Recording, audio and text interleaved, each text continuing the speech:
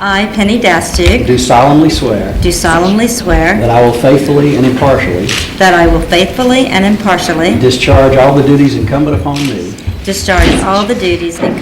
me as President of the Board of Elementary and Secondary Education Board of Elementary and Secondary Education to the best of my ability and understanding. to the best of my ability and understanding. So help me God. So help me God. Congratulations. Thank you. We will be facing some significant challenges next year, as particularly as the state budgets continue to contract and our fiscal resources become more and more precious. As the 11 members up here, we all espouse different views and different perspectives. We have different priorities, we have different approaches and beliefs and philosophies. But what we all share in common is our intent to do everything we can on the behalf of the children of Louisiana. And I see that in each and every one of you. Whereas we disagree on many things, we definitely agree on that.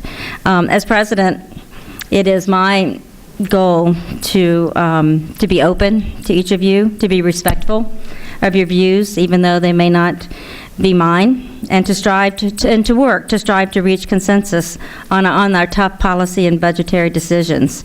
I think if we all stay focused on what's in the best interest of the children, that the next year will be a very good year for the children of Louisiana. And I appreciate your support of myself, of Jim Garvey, and Glennie Buquet, and we will work hard and we will work together to make you proud.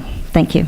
Tell us a little bit about your goals for 2011 for the board. Probably to maximize what resources we have towards student achievement. I think it's more important now than ever that given the state budget deficit, that we spend every dollar on the child and very critically and purposefully.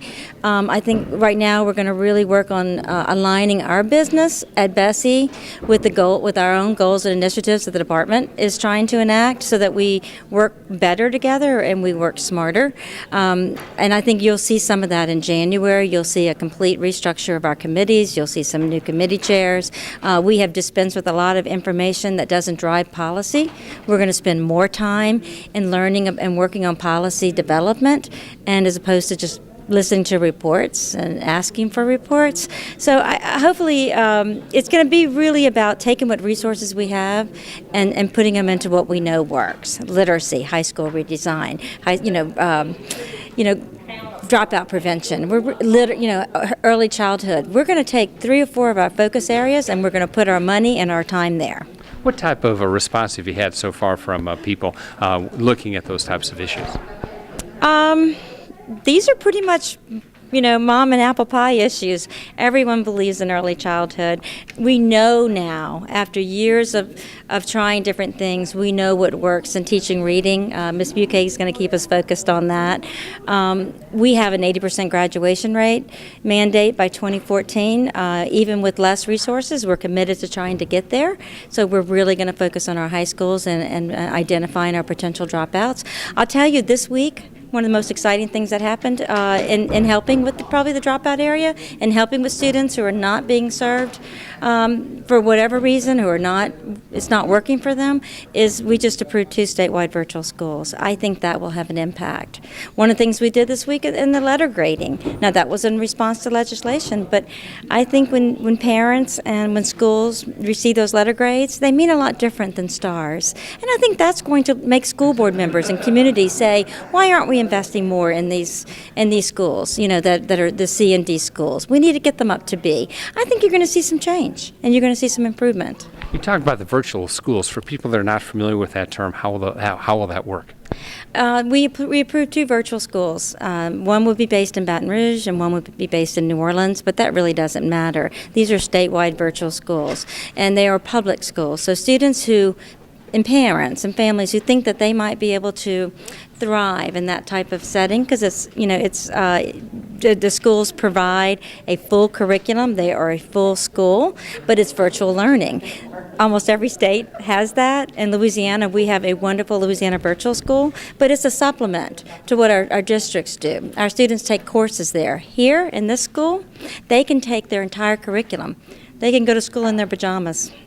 If that's what they want to do. But they still have access to highly effective teachers. They still have to comply with all accountability, and they get all the resources that are made available to public school students. What advantages do you see for virtual school? The advantages is that it will hopefully attract students. It's one more tool in the toolkit and trying to make sure that every child is successful in school. So it's not an end-all and be-all. It's a very small scope. We're starting off very small. About 3,000 students will be able to enroll.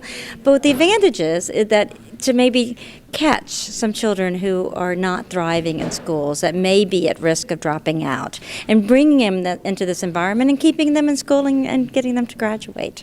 I mean, that's my hope. Lots of big issues here today. What happened? Yeah, the board adopted a number of major policy initiatives today. Probably the most significant one that affects people statewide is the new letter grade policy. In other words, we're going to score our schools by assigning letter grades, an A, B, C, D, F. Every school in the state will get a letter grade in an effort to try and have parents understand just how well their schools are doing. This was a result of a piece of legislation that was passed as part of the governor's package last session, and the board adopted a formal standard which will apply to all schools. We'll see that happen at the end of this school year. It'll come out in September of next year for the existing school year. Tell us what each grade will mean. Let's start with A and go all the way through to F. Well, basically the way it works is we look at the number of kids who are succeeding in the school building. And where we have a large number of kids succeeding in the school building, we characterize that as an A. And when we have very few numbers of kids succeeding in a school building, it's an F. So the F is set at about 60% of kids who do not succeed in a school building. And an A is where about 4 or 5% of kids are not succeeding in a school building, and then the scale runs from one end to the other. The other thing that will be a part of it is if schools are making growth, they will get a plus on their letter, and if schools are in decline, they'll get a minus on their letter. So what we're trying to do is take into account not only what is the status of the school based on the scores of the kids in the school building, but are they moving up or are they going in the wrong direction? And so both of those will be expressed by a letter and a plus or minus. What advantages do you see to the new system? I think it's going to allow parents to really have a clear understanding of how well their schools are doing. Not only will we give a letter grade and a plus and a minus, but we'll also tell them exactly how many kids are succeeding in the school and how many kids are failing in the school. So when you know you're sending your child, for example, to a school where 50% of kids are failing, you know that that's not a good school, and then you will be more interested in seeing to it that that school will improve over time. And you also had some issues here regarding textbooks. So tell us what happened with that. Yeah, we had an adoption of science biology textbooks, and there was a very vigorous debate about whether the textbooks properly referenced certain theories around environmental, around evolution, and other sorts of issues. We had a spirited debate about that. Both sides presented. In the end, though, we adopted the biology textbooks, which does have a reference to evolution as a theory, and that passed by a pretty substantial margin by the board. And you also had some debate regarding charter schools. What happened there? We had almost 40 charter school applications that we had to review, some of them pending in New Orleans, some of them pending around the state. We spent many hours thoroughly reviewing these applications, and in the end we approved about 10 of them. So we applied a pretty high level of scrutiny to determine whether or not to grant these charters, and we're very pleased that we have new charters, but we're also very pleased that we were very careful about selecting the right ones. As we move into the new year of 2011, where do you see the reform efforts moving? Well, I think probably the biggest area for us to focus on in 2011 is around the teacher evaluation and principal evaluation development. Some legislation was passed again this summer that calls for teacher and principal evaluation to depend on how well the students actually do in the classroom. And so when we look at the state standardized test, LEAP, iLEAP, GEE, we correlate those tests back to the teachers in the classroom and the principals in the school building, and then we rate those teachers based on how effective they are. It's actually going to be work for 2011, and it'll be finalized in 2012. We're going to take the time to talk to all teachers and all principals and get their feedback and hopefully gain their buy-in and trust in the process. Are you encouraged by the progress that's been made so far and the potential? We've made some astounding progress in the state of Louisiana. Academic achievement is up for the third year in a row.